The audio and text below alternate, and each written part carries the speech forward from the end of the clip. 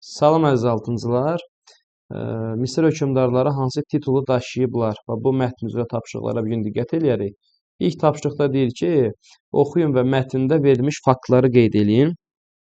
Biz buradan faktları müəyyənləşdirə bilərik. Məsələn, verə bilərsiniz, siz mətni tanışsınız, yaxud da mətni bir də oxuyaraq faktlar verə bilərsiniz. Burada, məsələn, belə faktlar vermək olar. Papirus üzərində qədim Misir dilində yazılmış bir çox mənbələrə görə qədim Misirdə hökmdarlar müqəddəs hesab olunublar. Sonra fakt vermək olar. Məbədin ən böyük otağında hökmdara ibadət edilmişlər. Sonra bu mətndən çıxış ilə verə bilərik. Həmin otaq Firon adlanırmış. Hökmdara isə Nesubiti deyə müraciət edilmiş. Misir hökmdarları haqqında Firon abidəsi ifadəsi ilk dəfə xristianların müqəddəs kitabı İncildə işlədilmişdir. Yəni bu kimi faktları vermək olar. Və tapşırığında deyir ki, mətndə hansı mübahisəli məsələyə toxunulur? Müəllifin bu məsələ ilə bağlı mövqeyi necədir? Burada qədim Misir padşahlarının Firon adlanıb adlanmaması problemi qoyulub. Bu məsələ mübahisəli məsələdir və müəllifin də mövqeyi budur ki, qədim Misir padşahlarının əsl adı əslində Firon yox, Nesubitidir. Və o fikrini sübuta yetirmək üçün hansı arqumentdən istifadə eləyir? Burada xristianların müqəddəs kitabı olan İncilə istinad eləyib və bu məqamı da biz vurğulaya bilərik. Diqqət et hissəsində deyir, arqumentativ mətnlərdə müəllifin məqsədi hər hansı məsələyə öz münasibətini bildirməkdir. Bu arqumentativ nədir? Yəni arqument, faktlar, sübutlar gətirməkdir. Yəni bu faktlar olan mətnlər arqumentativ mətnlərdir. Burada hər hansı problem ya məsələ qoyulur və onunla bağlı şagird nə edir? Faktlar çıxardır mətndən. Və deyir ki, müəllif oxucunu öz mövqeyinə inandırmaq üçün fikrini əsaslandırmağa çalışır. Bunun üçün o müxtəlif arqumentlərdən istifadə, faktlardan istifadə eləmiş olur. C tapşırığında deyir ki, mətndən nümunələr gətirməklə cədvəli tamamla. Əslində bu tapşırığın cavabı bir növ B tapşırığında var. Baxın, geniş yayılmış fikrin əsası olması, strukturda, mətnin tərtibatında, quruluşunda bu verilib. Və nümunələr gətirilir ki, geniş yayılmış fikrə görə qədim Misir hökmdarı Firon adlandırılıb, əslində isə bu belə deyil. Demək, mübahisəli məsələdir. Müəllifin bu məsələ ilə bağlı mövqeyi nədir? Və B tapşırığında biz bayaq bunu qeyd elədik ki, demək, müəllifin mövqeyi bu idi ki, qədim Misir hökmdarlarının əsl adı Firon yox, Nesubitidir. Və müəllifin öz fikrini dəstəkləyən arqumenti isə onun xristianların müqəddəs kitabı İncildən gətirdiyi istinadını ilə qeydləmək olar. Nəticə olaraq onu deyə bilərik ki, bizim mətnin son abzasında bu verilmişdi. Deyir ki, beləliklə Firon sözü tədricən ilkin mənasından uzaqlaşır və Misir hökmdarların tituluna çevrilir. Burada bizim dinləmə mətnimiz var. Ona qulaq asaq.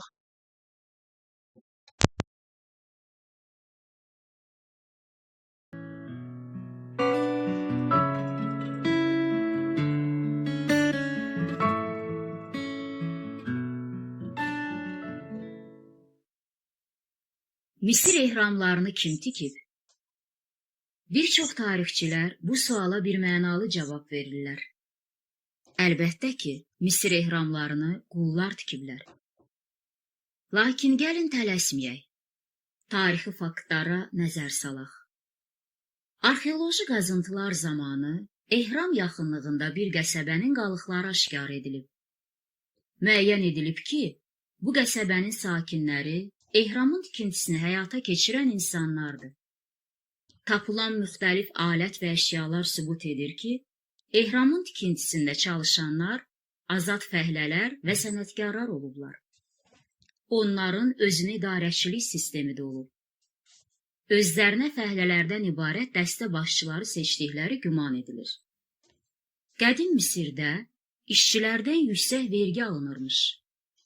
Lakin bu, ehram tikən insanlara şamil olunmurmuş.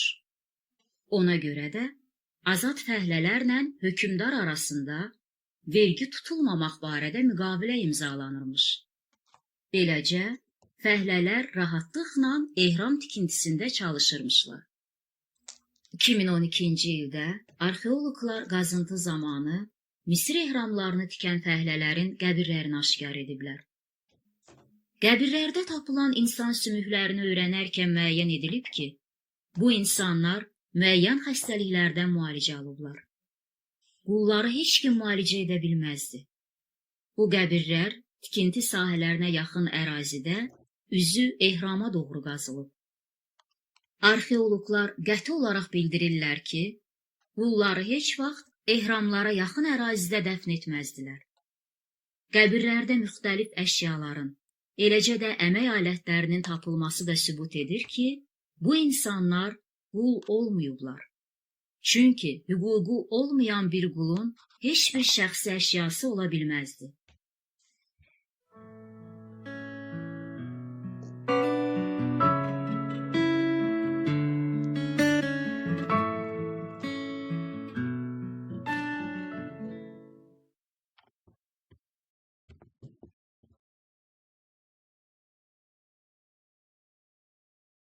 Siz bir də dinləyə bilərsiniz və Misir ehramlarını kim tikib mətni dinləyərkən burada faktlar qeyd eləməlisiniz. Faktlar qeyd eləməlisiniz və biz faktlar qeyd edirik və qeydlərimizə aşağıdakı şəkildən əldə olunan məlumatları da əlavə eləməlisiniz.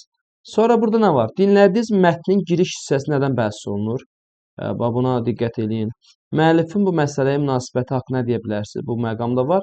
Bir də öz fikrini necə əsaslandırır? Dinləmə mətnindən bu nəticələri siz əldə eləyə biləcəksiniz. Sonra davam edək.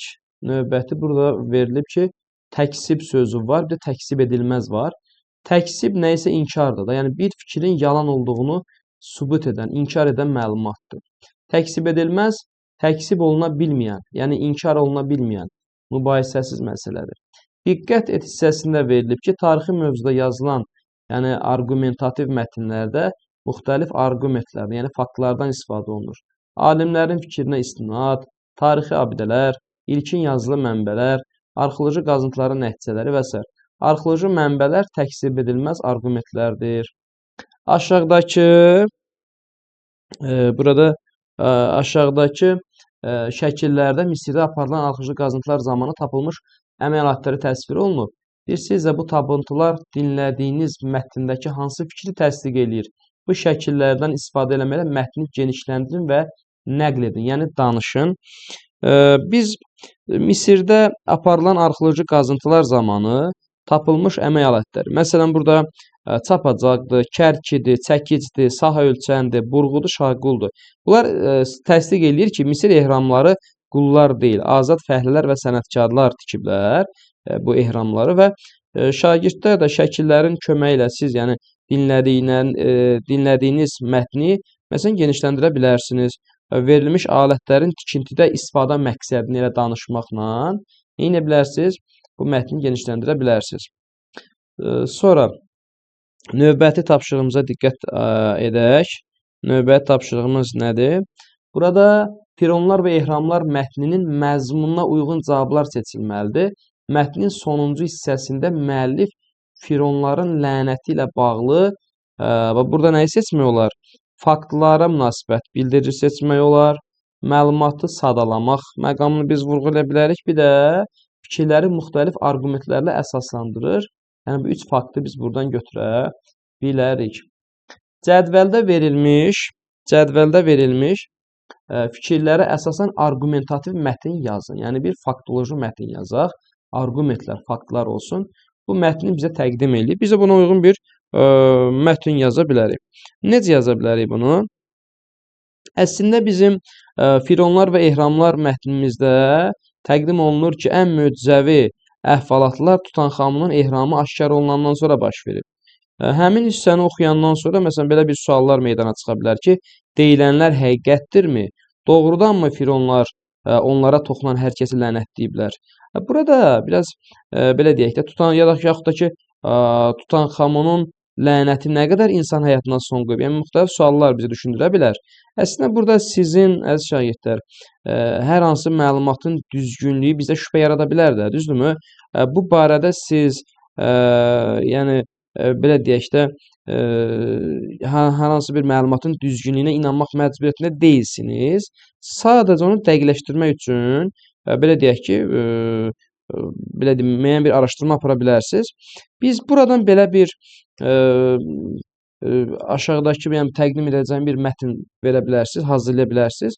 Bu arqumentativ faktlardan istifadə edərək. Məsələn, belə bir mətn verimi hazırlaya bilərsiniz. Misir, məsələn, Fironların lənəti adlı bir mətn hazırlaya bilərik.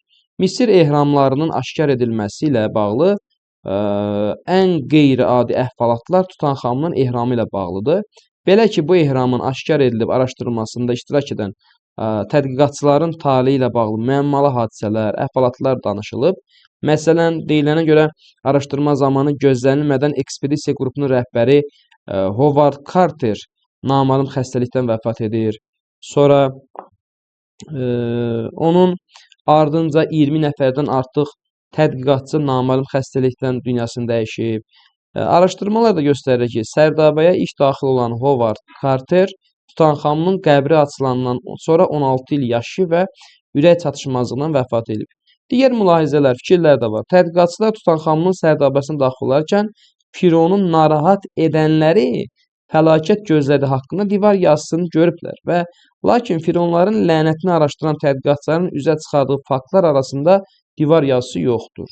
Demək, Tutanxamunun qəbrinin yanında Tanrı Anubisin heykəli qoyulub. Heykəlin alt tərəfində belə bir yazı var. Bu sərdabəni səhra qumlarından qoruyan mənəm.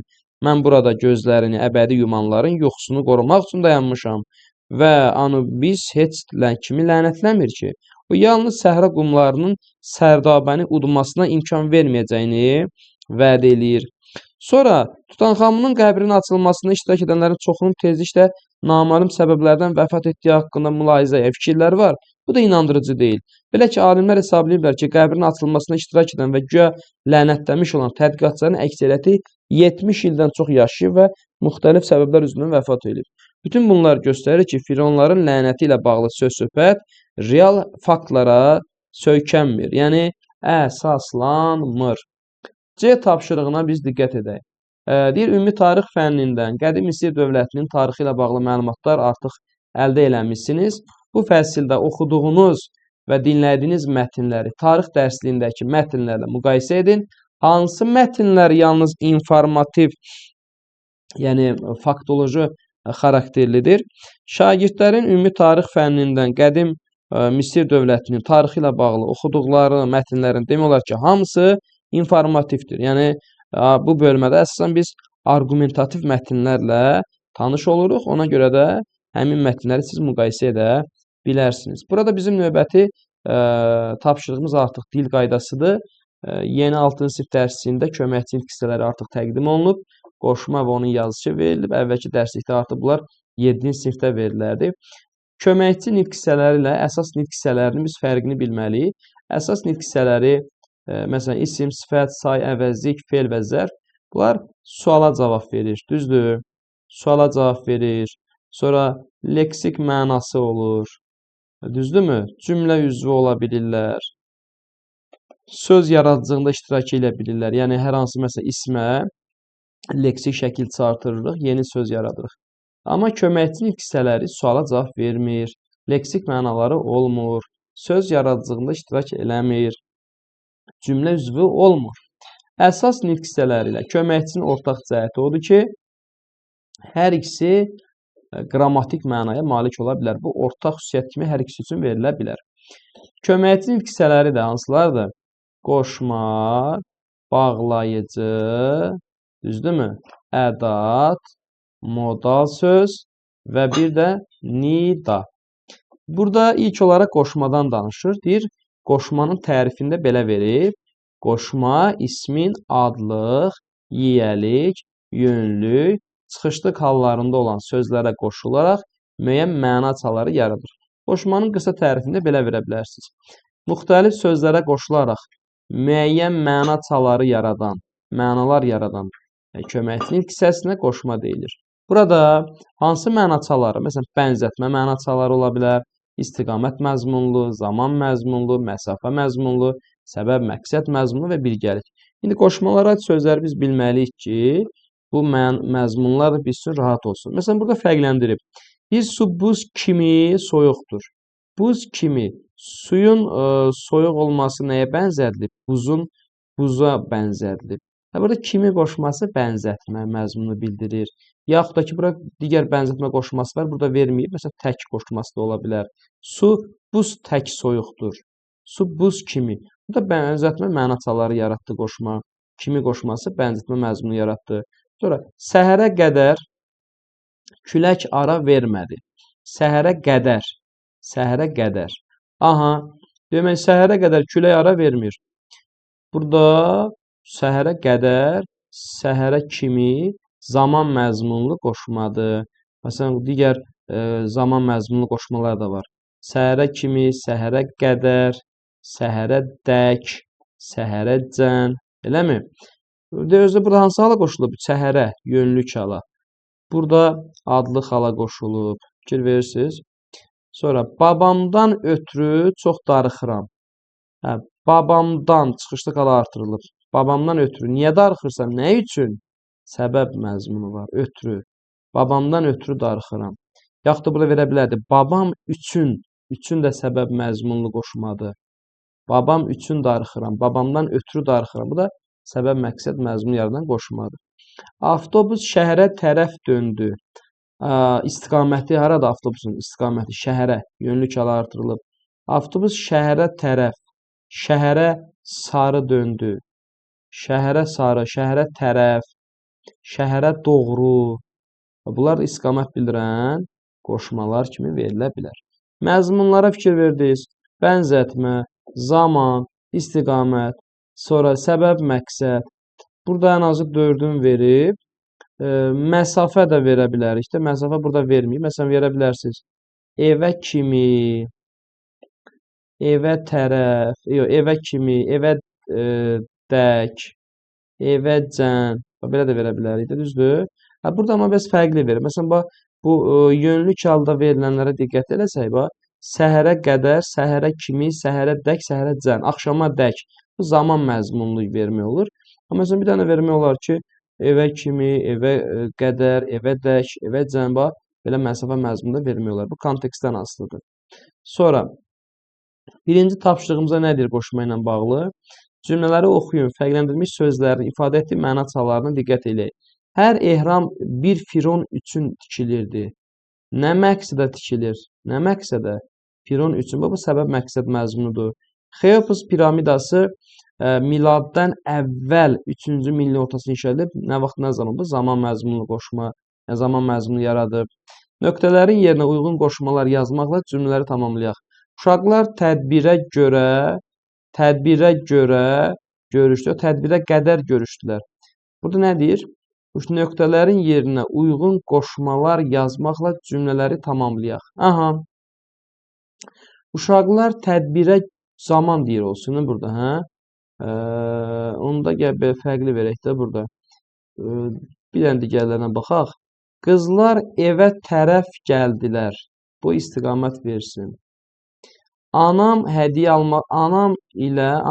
hədiyyə almağa gedəcəyəm. Hə. Burada birgəlik bildirmək üçün anam ilə olar. Anam ilə, kim ilə? Anam ilə hədiyyə almağa gedəcəyim, birgəlikdir.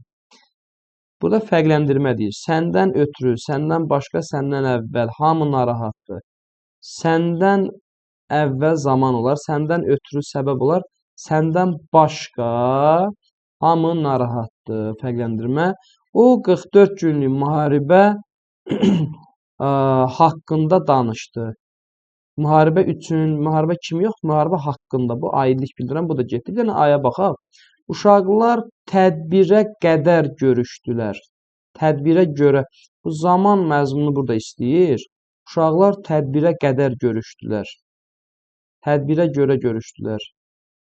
Biraz bu ifadələr düzgün gəlmir burada.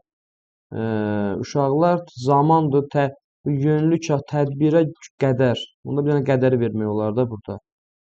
Tədbirə qədər. Yenə də biraz natamamlıq yaranır. Sonra keçək digər tapşırıqlara. Bir qoşmaları seçin. Onların yaratdığı məna çalarını müəyyən edin. Biz müəllim ilə gəzintiyə çıxdıq. Kim ilə? Bu birgəlik məzmunudur. Yəni, insan, şəxs anlayışı bildirən söz məzmun ifadə eləsə, burada o birgəlikdir. Yağışdan sonra hava xeyli mülayimləşdi. Çıxışda qala artırılıb. Nə vaxt, nə zaman? Yağışdan sonra zaman. Dostumdan başqa heç kimə güvənmirəm. Bu fərqləndirirsən. Ancaq dostluğa güvənirsən. Bu fərqləndirmə. Atam məni dayanacağa qədər məsafə məzmunu var.